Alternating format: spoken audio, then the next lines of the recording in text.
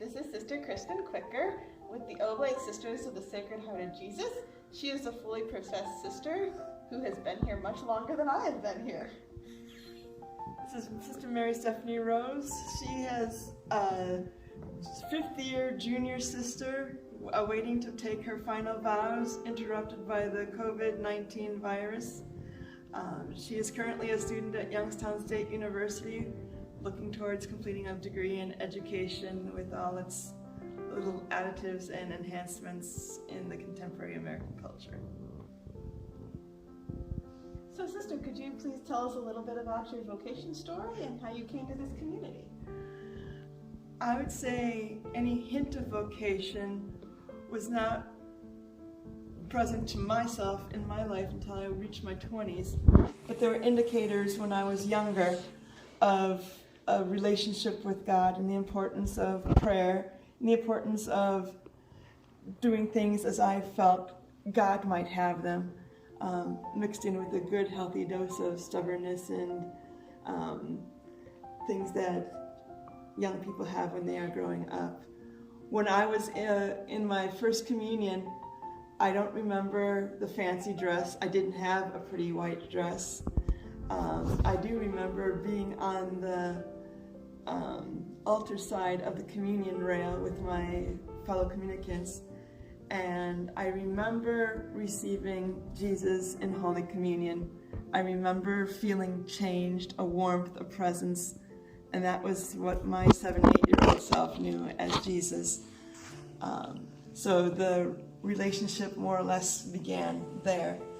I would go to Mass with my family, my dad and my sister and my grandmother. My mother would come with us on Christmas and Easter time, and I would wonder at the baldacchino above the altar and think of that as a way of where heaven was at, and what was beyond that door that I couldn't see. I remember the nativity scene at our church, and we sat always towards the back of the church, but how much alive and how much I could envision in that.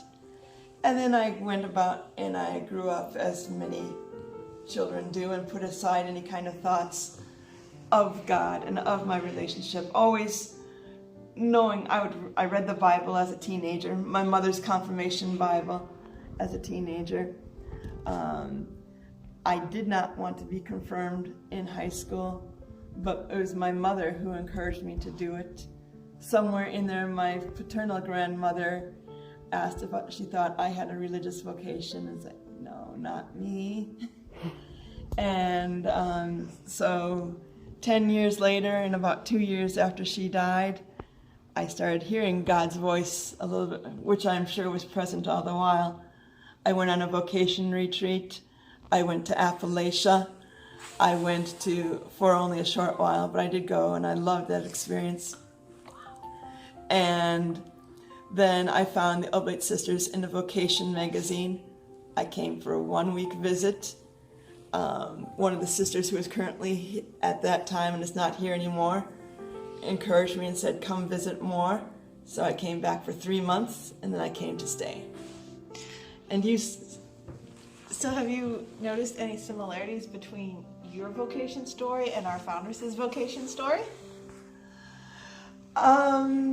In the effect that to try to be, our foundress was always very much of one who tried to be happy in social situations because her stage in life, her mother's status in life was one that encouraged her to participate socially.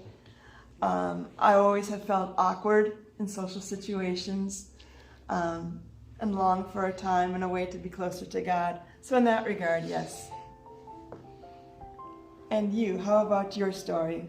How did you begin?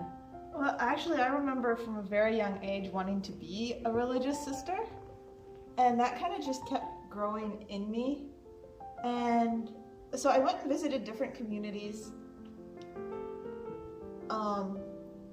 contemplative communities and active communities. And then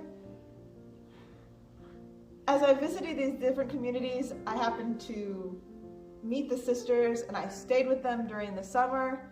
And I came to realize that that was where I felt most at home at. And so that's where I joined. Beautiful. Was there anything, I mean, you come from a homeschool family, I know that. And I know that your family was called on often to be, acolyte. Because you were homeschooled, you could acolyte at masses and funeral masses. Was there anything in your young childhood that nurtured the faith in you, or how was the faith nurtured in you when you were younger?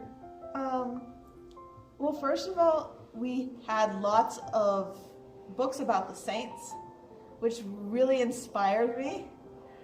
And we also had, my family was very faithful about going to Mass.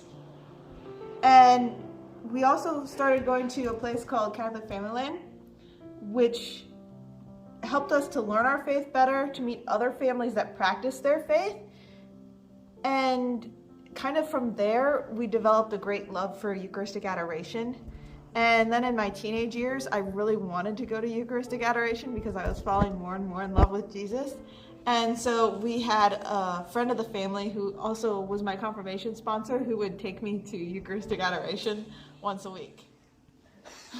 We love you, Sister Shiny. So Sister, can you tell us a little bit about how your formation as a child nurtures your vocation now?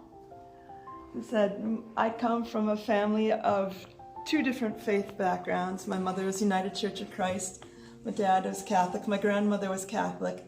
But didn't matter who it was. My aunts, uncles, my parents, my grandparents were all very giving people, all very quick to set an example, to help others in need.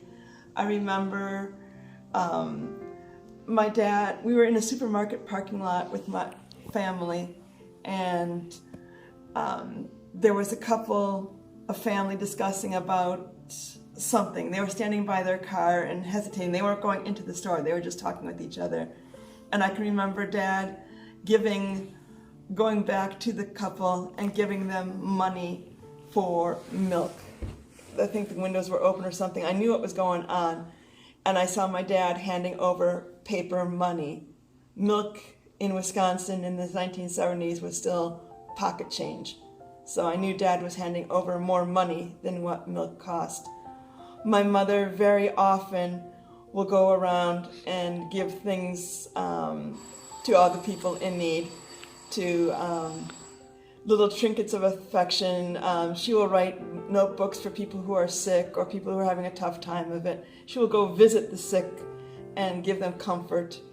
And so those are the models, and so many more things in my younger days in my family that I have carried with me into adulthood. And you, Sister, what kind of examples do you recall in your growing up in your family?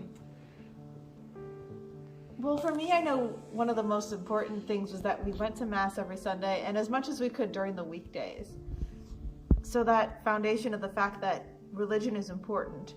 My family read to us the Bible and the saints, and it was always something that we could talk about. It was never something that, was stuck to the side.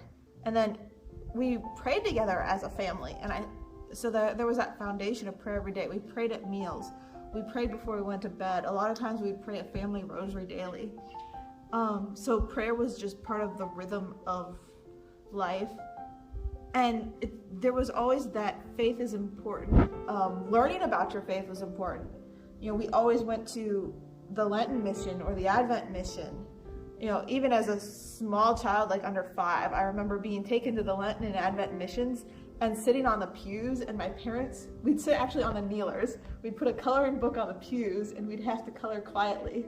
We had to listen. We had to be quiet and listen, but we were allowed to color on the pews while whoever was speaking. And so it was things like that showed us, Lent was celebrated, Advent was celebrated, Christmas was celebrated, Easter was celebrated. So many things revolved around faith, and the faith was the important part of it.